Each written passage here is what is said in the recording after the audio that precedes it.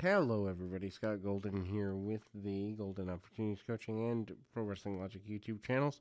Welcome to those of you who are new. Welcome back to those of you seasoned veterans of what we do around here. What we do around here is bring about pro wrestling content.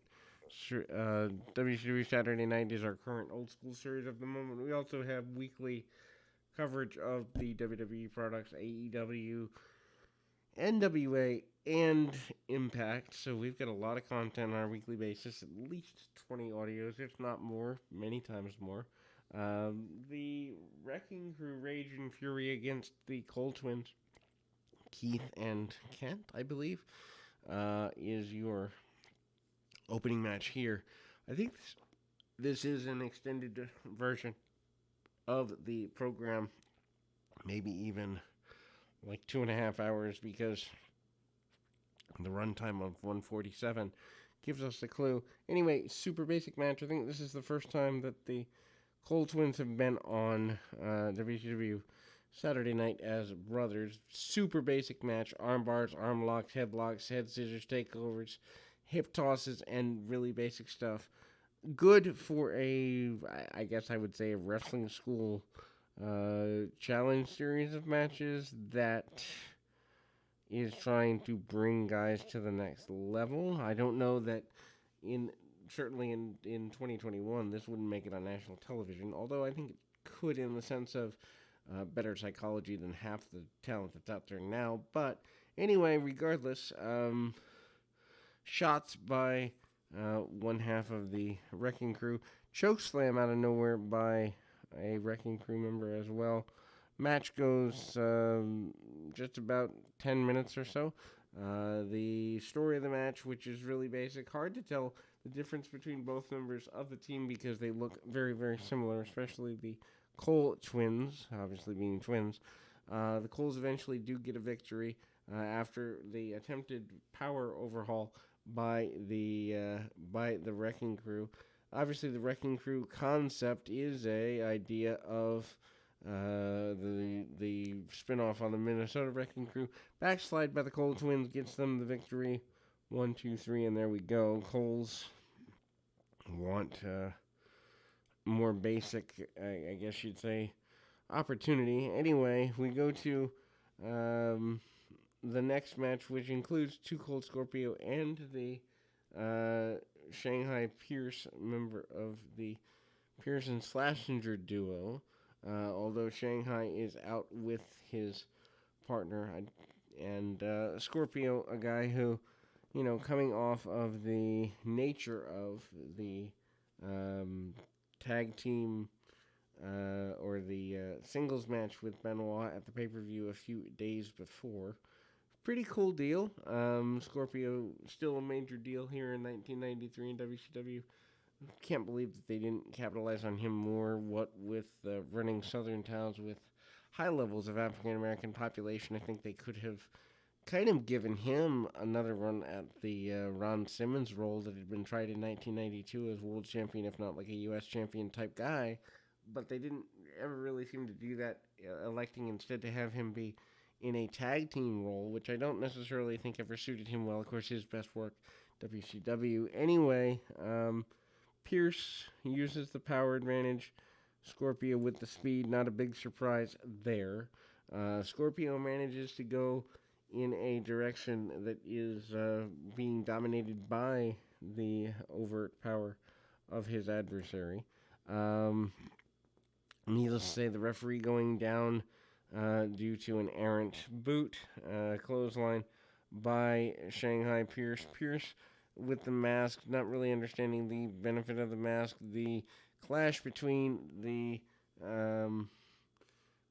Texans over the bull rope is kind of weird. Leaping leg drop by Scorpio. Scorpio gets the victory there, and that continues to be a good run for Too Cold Scorpio. Scorpio, who really does come into his own with the tag team with Marcus Alexander Bagwell in the next little while. Then we see Johnny B. Bad in blue and yellow.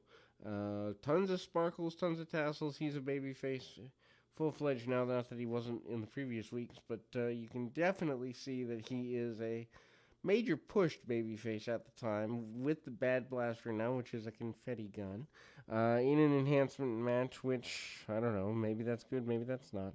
Bad kind of trying to get around the benefits of the atmosphere. Mustafa Saeed, aka Mustafa of the Gangsters, is the opponent for Bad on this particular day. Botched body slam / gut wrench attempt by Bad there. Bad comes back with some punches that don't look too bad, but you can obviously see on his face is the frustration point of not being able to execute the move the way he wants to, and certainly that is a no fun proposition there. Johnny B. Bad continuing to be a guy who is rather notable in the area for his continued babyface push. Big back body drop by Saeed. I don't know why he never, Mustafa Saeed that is, never got to a bigger place there. Kiss that don't miss by Johnny B. Bad and a win for Bad there. Hype for the Ric Flair return. Ric Flair comes out with a promo eventually. For several weeks they do a bit where, in fact, Missy Hyatt wants to get at Ric Flair, obviously, to try to perhaps bed Flair. Anyway, they do hype with that throughout the show. A couple of segments showing Missy trying to get at him and Flair having security. Flair definitely the bigger deal, or the biggest deal of the bunch. Flying Brian Pillman and Steve Austin, otherwise now officially known as the Hollywood Blondes. Pillman and Austin continue to be one of the best tag teams in WCW during the early 90s run. Z-Man and Johnny Gunn are their opponents for today, so you're going to get a little bit of competition more than you generally would. They're building Hollywood Blondes to take the tag team championships in the next few months. Gunn and Zink do manage to take the Blondes from behind a couple of times. Basic roll-ups, arm bars, and the like by Gunn. Gunn is a guy they push pretty heavily and then drops off the face of the earth around 1994 or so. Pillman comes in and he tries to use a little more speed. Austin, you would say, is the power of the team, and Pillman is the speed, so that's not a huge surprise there. I don't think anybody has any misgivings in that vein. Needless to say, Pillman cuts the ring off on their opponents. Austin comes back in, uses the power, sends a gun into the buckle, and manages to guzzle him a bit on the ground. Meanwhile, Pillman comes back in, uses every dirty trick imaginable, punches, kicks, chokes, and the like. Pillman not willing to or wanting to play by the rules by any stretch of the imagination. Irish whips along the way, and some missed cross bodies by Pillman along the way as well. Attempted tag-offs and the likes by the team of Pillman and Zink. Short cutoffs and a stun gun by the Hollywood Blondes. Blondes get the victory there, and they continue to be a team that's moving towards the Tag Team Championships. Debut for a new star, in this case, British Bulldog Davey Boy Smith. Think about this. In October of 92, he loses the Intercontinental Championship. He's here by February of 93, which is just bizarre to me. Sergeant Buddy Lee Parker is his opponent. Smith is amazingly enhanced, to be kind.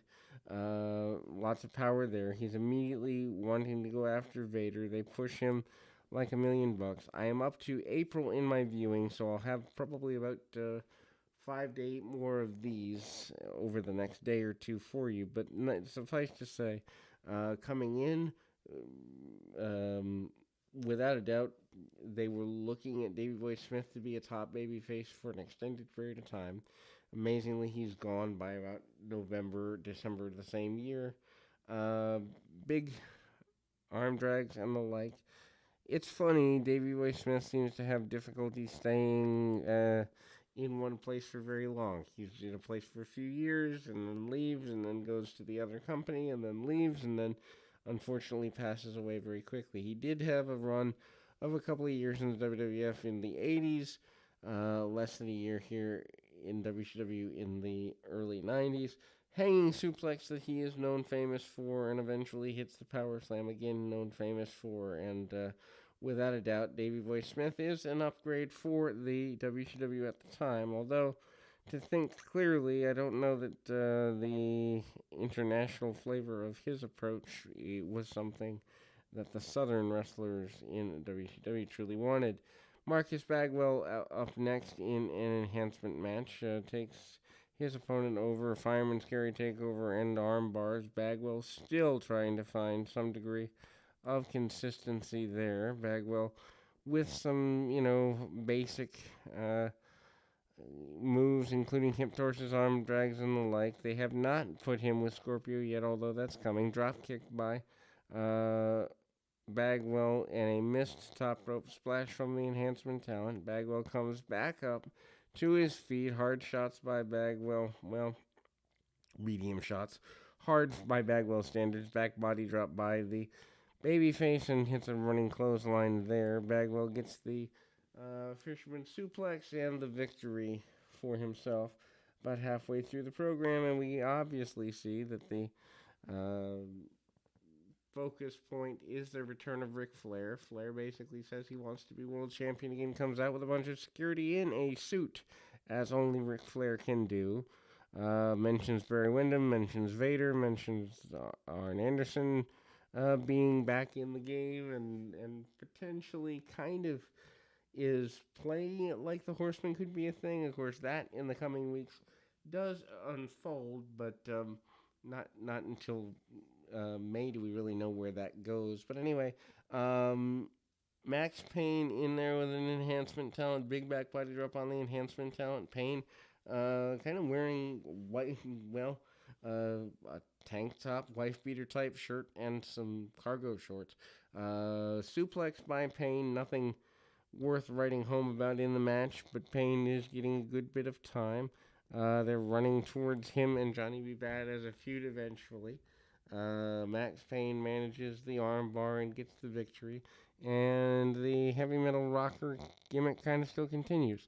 Anyway, we move to Dustin Rhodes. Rhodes is your U.S. champion, second most, important individual behind Vader at the time in WCW, and without a doubt, Rhodes kind of coming into his own here. His feud with Steve Austin, one of my favorite of the year at the time, and Rhodes certainly wants to be a major force for his family and the nature of things. Enhancement talent here, I believe Bill Irwin might even be the enhancement talent of the day. Rhodes with some power moves early. Babyface, but not fully as over as he would be. He actually doesn't really get over till the Goldust gimmick a few years later in the WWF to a higher level. But anyway, Dustin Rhodes continues to be a major force in the WCW at the time. Gets sent to the buckle and misses a couple of things. Kick to the side of the head and stumbling out of the corner. Hard kicks by Rhodes. Rhodes manages to, have a competitive match with Bill Irwin. If you haven't heard our World Class Championship Wrestling series, worth going out of your way to see. There's over 300 of those. We go from Dustin Rhodes winning with a Bulldog to Van Hammer in an enhancement match. Van Hammer had not been featured in the last several weeks, but back to being featured here. Looks like $1 million, but Body Guy alone is not going to get it done with guys like Davey Boy Smith on the prowl now, and so Hammer kind of fades in the next several months here. Body slams, hip tosses, and basic stuff by Van Hammer. Van Hammer looking to get as much of an advantage as he can without doing a heck of a lot of extra work. I believe Tug Taylor is his opponent here. Looks a lot like Tug Taylor in a lesser, lighter version anyway. Anyhow, so needless to say, Van Hammer stalks his way around and is on the outside of the ring. Enhancement match continues. Eventually he hits the slingshot suplex, gets a victory there, but seems kind of lost after the major push a couple of months prior. I think it's almost a case of hiring too many people from the WWF, which would plague WCW over the next several years in terms of not being dedicated to the process of building their own stars. Again, and I think this is something that wrestling promoters seem to lose today. It takes 12 to 18 months to really build a star, and if you're not committed to that, then you really should be looking for guys or girls in this day and age that you can commit to in that way, and the lack of doing that is just goofy. Anyway, we go to another tag team match in nature here. Um, and, we see Big Sky and Vinnie Vegas there. Vegas, of course, goes on to be Kevin Nash, Diesel, and think about this. This is less than, let's round this off. February 27th, call it March. By August, Nash is in the WWF. So March, April, May, June, July, August. 6 months away from the WWF debut. Still floundering around, not really having much to do. Gut wrench suplex. Just drops him, doesn't even take him over all the way. But Nash being wasted here. Obviously, Ole Anderson, I believe, is your main booker at the time. Big Sky, who's a guy I don't remember a whole bunch about. Had a good body on him, had good size, but didn't really do a bunch. Manages some body slams and basic stuff, but never really manages to get much going in the match that isn't tied to just kind of being almost a knockoff for Nash. Anyway, Samoan drop style maneuver and a win there. We go to another square off, and that is the Barbarian and Rip Rogers. Odd match there. Barbarian still being pushed as a babyface. Don't think he'll be around that much longer. Punches, kicks, and basic stuff by the Barbarian. Slams and power moves, including a power press slam. Barbarian breaks free of a full Nelson type maneuver by Rip Rogers. Rogers around WCW in 1993 doesn't remain around too terribly long. Rogers probably one of the last great trainers in the world today. And yes, I do have respect for some trainers that are still left, but the old school ways of training, unless you're in Japan or maybe in Mexico, having been lost, maybe about half a dozen trainers in the country that are really, really decent, and a whole bunch of people that have no business training anyone to wrestle is what remains. Big boot by the Barbarian, and anyway, that's where we go there. Barbarian gets a victory. Steven Regal is up next in an enhancement match, and as is to be expected, that enhancement match is much more technical than the previous offering by the Barbarian. Arm ringers, arm locks, actually in a tag team match. Regal is still a babyface here, which is bizarre to me. Regal ends up hitting a double underhook takeover and a cutoff by the the other heel member of the tag team. Regal's allows the other guy to come in, hit a drop toe hold, and other basic maneuvers. Regal tags off to Eric Watts. Regal and Watts a weird tag team, but they're trying to find something for Regal to do, no doubt. Obviously, his heel run when it begins is much, much better and more well acclaimed, but he comes in as a babyface mainly because they probably wanted to have a babyface to do the European tour with. Anyway, Regal comes back in with some arm ringers, arm bars, and the like. Watts still trying to find his way back to some semblance to his father, I believe, right after this or right around this, within a month either way, had been relieved of his duties, so he didn't last very long in WCW. I don't know when Bischoff starts, but he starts pretty soon here thereafter. And of course, the WCW run for me that blooms off the rose by mid '94 when Hogan comes in. So still, going to cover the stuff, but certainly WCW is much, much better, at least in my opinion, as a wrestling company up until right before the NWO begins. And most people believe he's better after. Anyway, Watts gets the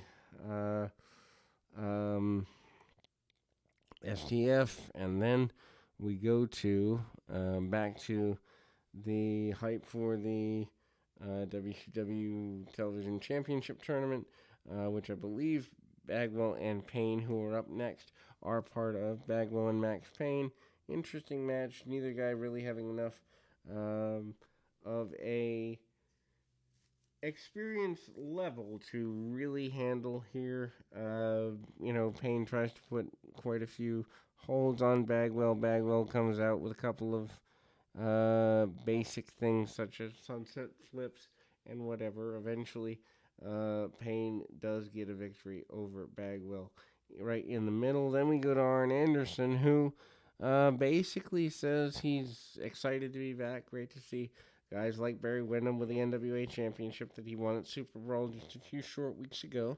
NWA Championship is the big gold belt that many people like. I didn't particularly care for it. But anyway, with about 10 minutes remaining in the program, Windham defending the championship against Brad Armstrong. Armstrong, of course, major guy in the Southern Territory days. Obviously, a lot of difference in style, with Windham being the brawler, Armstrong being the technician. Windham takes the majority of the beginning of the match. Power, punches, kicks, clotheslines, and the like. Very basic stuff. Windham at this point not in the best of shape. Anyway, while we have a minute, back to the Arn Anderson interview. He basically teases the reformation of the Four Horsemen, among other things. And also basically implies that we are going to get some degree of that at some point. Big high suplex float over by Windham. Windham almost gets the victory, but doesn't on that. Windham, although eventually does get a victory here with the leaping, jumping DDT, and he sticks Armstrong in the middle. 1, 2, 3, gets a victory there. That goes to eventually the battle with Flair in the latter part of things. Anyway, Bader comes out to close the program with an interview where he basically says he'll take on anyone, including but not limited to Sting and the newcomer Davey Boy Smith, which is where they're going for the Slamboree pay-per-view come the month of May. So in any event, we'll be back with more right after this.